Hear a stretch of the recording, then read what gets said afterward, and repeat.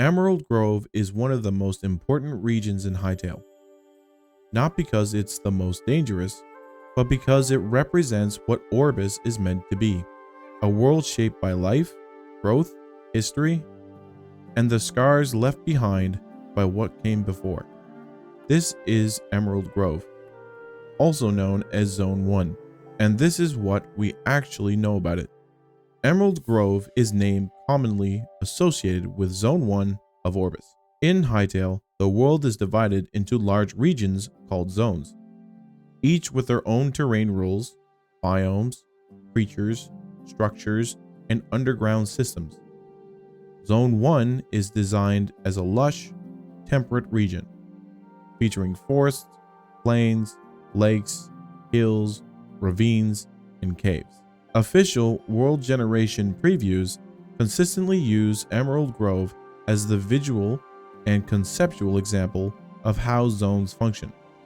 It's not just a biome, it's a foundational piece of Orbis's structure. Everything about Emerald Grove emphasizes growth and abundance. The terrain is rich with vegetation. Water is common and accessible. Wildlife thrives. This is intentional. Zone 1 establishes the baseline for how life exists in Orbis, before players encounter harsher climates, hostile extremes, or elemental instability in later zones. Emerald Grove shows us what Orbis looks like when the world is working as intended. Hytale's developers have emphasized that each zone uses distinct world generation rules. In Emerald Grove, this means rolling hills and valleys, forests broken up by lakes and rivers, natural ravines and cave entrances, generated points of interest scattered throughout the landscape. Even underground, caves in Emerald Grove differ from those found in other zones.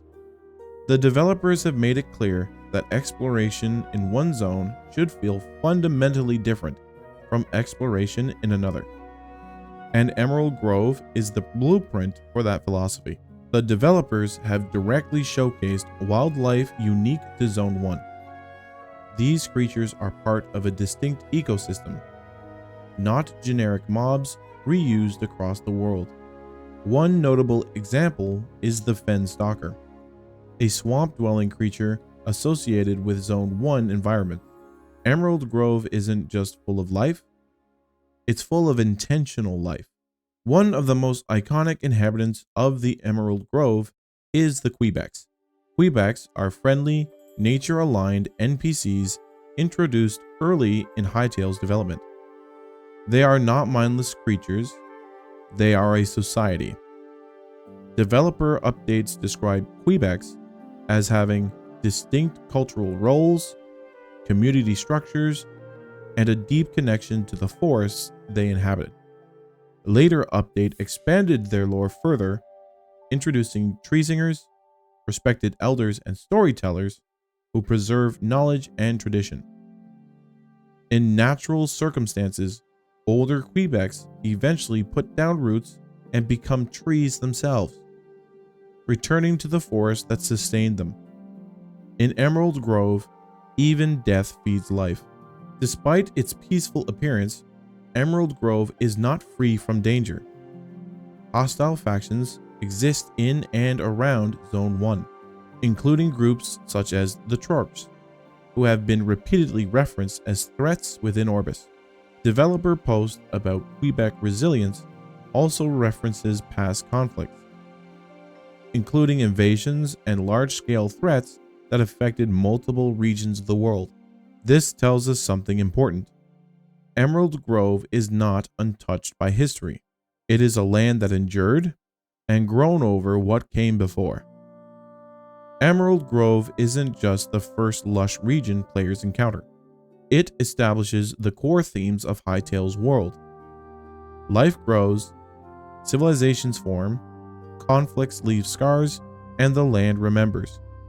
Later zones explore what happens when this balance breaks, but Emerald Grove shows us what balance looks like. It is the foundation.